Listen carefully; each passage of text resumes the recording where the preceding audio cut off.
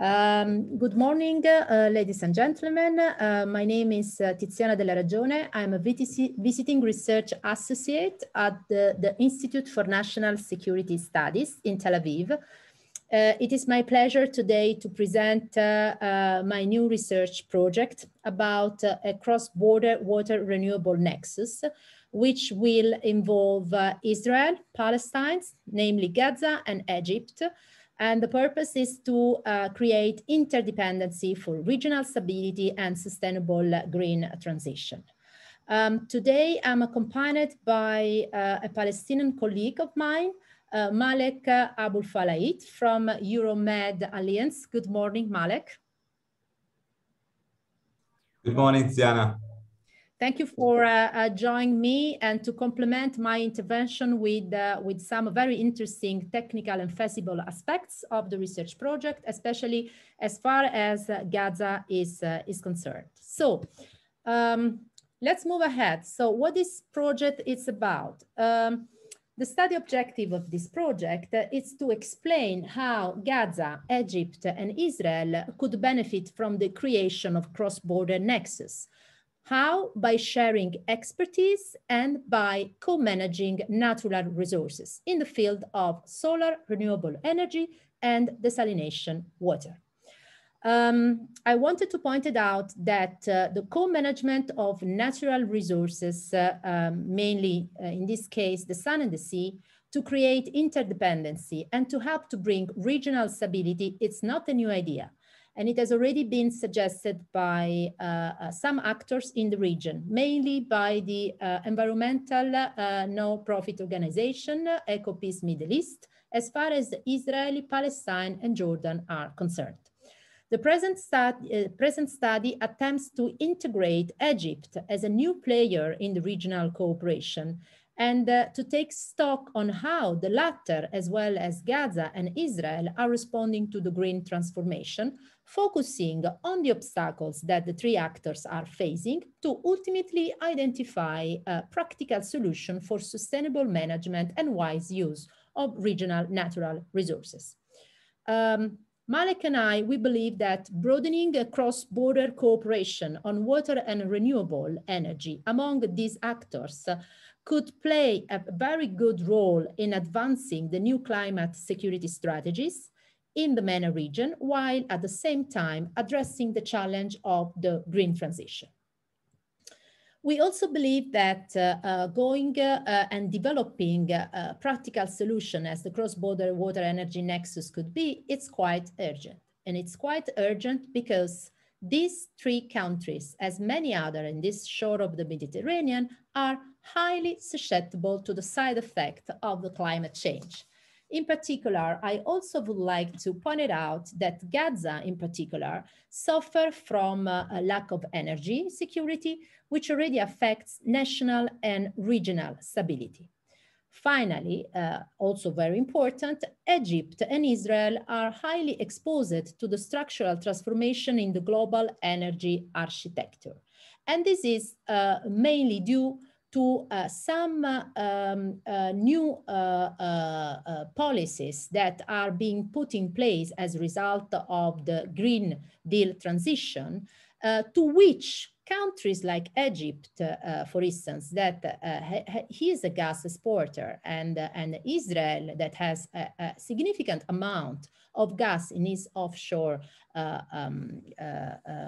Levatian and others fields, can be strongly affected by this change of mind that Europe and its neighborhood are taking to move through a green transition. So we wanted to address these challenges in the area through different approach. So we believe that, in fact, to reach the goal of a regional water and energy cross-border cooperation, one of the most important issues to be addressed is the issue of interconnectivity. Interconnectivity of electricity grid, interconnectivity of gas pipeline, interconnectivity of water facilities, and of course, improve of the infrastructures which are already present. We know that there are already some infrastructure in terms of electricity between Gaza and Israel, But of course, the one involving Egypt needs to be still created. So this would be a very important point to reflect upon and to develop a further analysis. Then we also know that joint research efforts, it's absolutely necessary in the region to develop further on Nexus in particular, and in the field of water and energy. And we also know that there are some instruments, financial instruments that support this type of research. Mainly I refer to the Merck instrument funded by US aid, or to the European very well-known Southern Neighborhood instruments that definitely try to advance on regional cooperation on all the Southern Neighborhood countries. But of course, we would still need to see an instruments that would allow us to progress further in a water and solar-based energy regional agreements among the actors involved. And of course, we wanted to improve policymaking understanding in order to align water and renewable national policies to a common regional perspective, to arrive to this regional agreement on water and energy exchange, and to streamline the financial instruments necessary to accompany this cross-border nexus feasibility. What we will try to highlight in this presentation are the competitive advantages of the individual actors. And in these slides, I will focus mainly on two actors, mainly on Israel and Egypt, while Malek will complement, as I anticipated at the beginning of this presentation, about Gaza.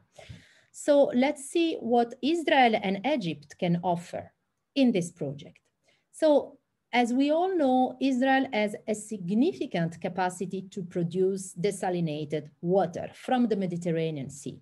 Israel has 5 principal desalination plants: Sorek A, Adera, Ashkelon, Palmahim, and Ashdod, plus approximately 30 smaller plants. Altogether, these desalination plants allows Israel to move to a significant amount of 700 million cubic meters of desalinated water per year. And this is planned to be increased further thanks to Sorek B facility, and can achieve bringing the desalinated water to up to 85–90% of the Israeli annual consumption. What I'm trying to say, to share with you, is that desalinated technology produced already in Israel and high quality of drinking water at a very reasonable cost. So Israel is very well positioned in the region to supply desalinated water to its neighborhood. So in our case, to Egypt and to Gaza Strip. Egypt, on its side, has a vast plot of area to produce renewable energy at a price that are expected to be lower than Israel, mainly due to the higher land and labor prices than in Israel. And it's home to a very big project, Benban Solar Park, expected to be the world's biggest solar photovoltaic station upon completion, therefore with a great potential to export electricity in the region. Now let's move and let's try to see what Israel can gain in this cross-border water and energy cooperation with Gaza and Egypt. So Israel doesn't have enough freelance to install large scale solar power plants and to store solar energy, at least not for the purpose of powering its own desalination plants. At the moment, Israel only produces 6%, the contribution of renewable energy to the total energy production, it's only 6%. And this is due to the fact that the land, it's very expensive. I refer in particular to the price of the coastal land that is so high that it is not economically sustainable to believe that we can use this coastal land to increase the amount of solar panels for the purpose of powering the desalination plant. Israel also doesn't have access to any of the widely used low carbon sources of energy, such as the nuclear, the hydroelectric, and the geothermic power. And Israel, of course, has the gas. And the gas, it's his main power at the moment and wants to use the gas. And gas will be in any plan that here we are discussing, partially involved, contributing to power the desalination plant, even if renewable can be taken by the neighborhood country. So the point I'm trying to make is that if Israel want to expand further its desalination capacity and going above the 5%, which is actually consuming its energy demand, Israel would need to get renewable energy from its neighborhood country. Egypt also has a strong advantages in this cross boundaries water energy nexus. Egypt doesn't have enough water to satisfy currently its national needs and could benefit from buying the water from Israel at competitive price.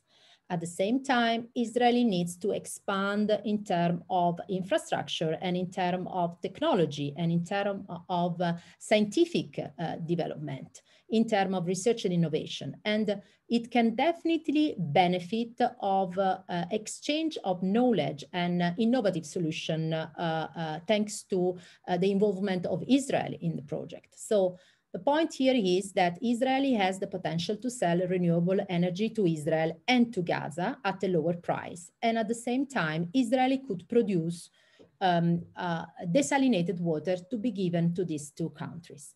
But now let me give the floor to my colleague Malek that would complement this presentation with Gaza involvement. Please, Malek. Thank you, Tiziana. I think the issue here, more when we talk about Gaza, we need to see what is the rationale related to Gaza. And if you just reflect the slide, Tiziana, please, about how is Gaza, what is the gains that Gaza will have, but also understand the context of the situation in Gaza. We are talking about 1.5 gigawatt hours is needed for Gaza to be operated very well in terms like 24/7 and have this electricity to all kind of life when it comes to health, education, industry, and the livelihood. But the majority of this electricity is coming from Israel, like 78%. And also Gaza itself is producing from conventional power plant in Gaza, 19% plus some solar trials and pilots, and taking into account 3%. Now, the gain of connecting Gaza with Egypt is increasing the grid connection to hold the 30% and decrease the amount supplied from Israel to supply in order to increase the supply to desalination in Israel. So that will create an energy balance.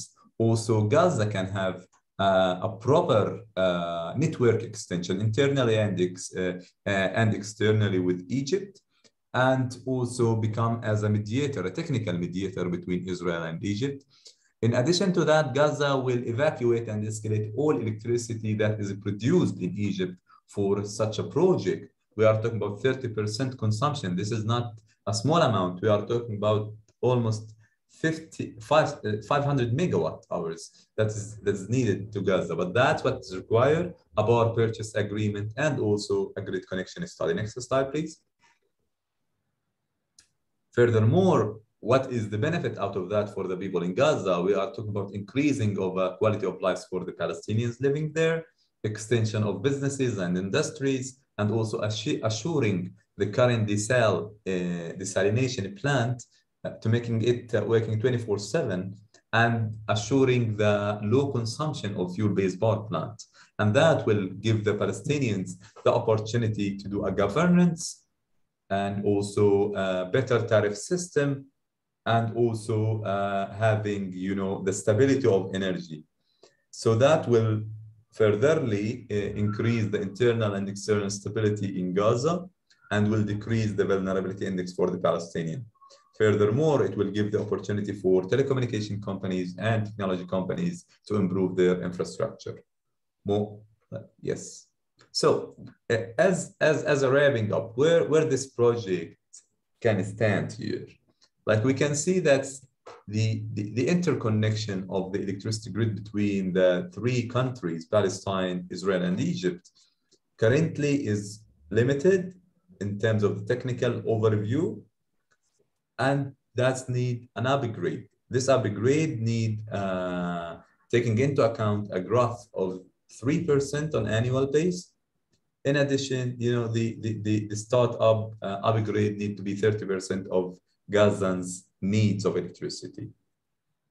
This is for the people in Gaza, but for the people in Egypt, in terms of desalination technology, the Egypt has to chart a series of R&D activities. This is very important in terms of cost-effective, cost-benefit analysis, what kind of technologies that is needed, and also what are the future demands, not only at Egyptian level, but also the nearby countries.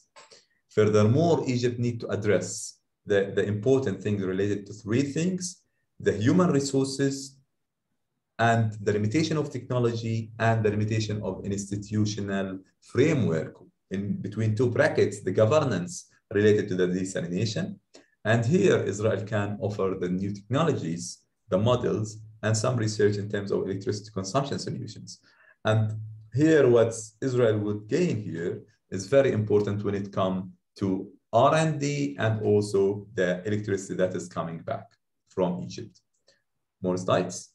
So in addition to the political challenges that is all the time presented, and it's one of the most important, but we can't wait to politicians to solve the challenges.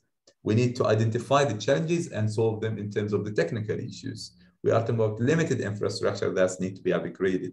We need further proper technologies that need to be presented at proper price and proper investments, taking into account the light intensity and the efficiency of light intensity in terms of absorption of solar panels. And also that's required a regional comprehensive long-term power purchase and water agreement. And this is something unique that's never happened before in our region. That's including water and energy in one agreement between 3 different countries or 4 countries, taking into account the win-win approach. And last but not least, the willingness of a grid updraft to evacuate and escalate all electricity that is produced to Gaza or will cross it through Gaza. Thank you very much. Thank you, Tiziana. Over to you. Thank you, Malek, for these insights, very important insights you provided on the region.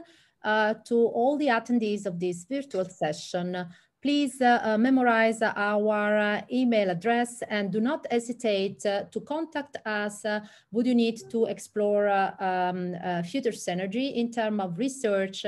We would be happy to reply any questions you might have from the ground. Thank you so much, and goodbye.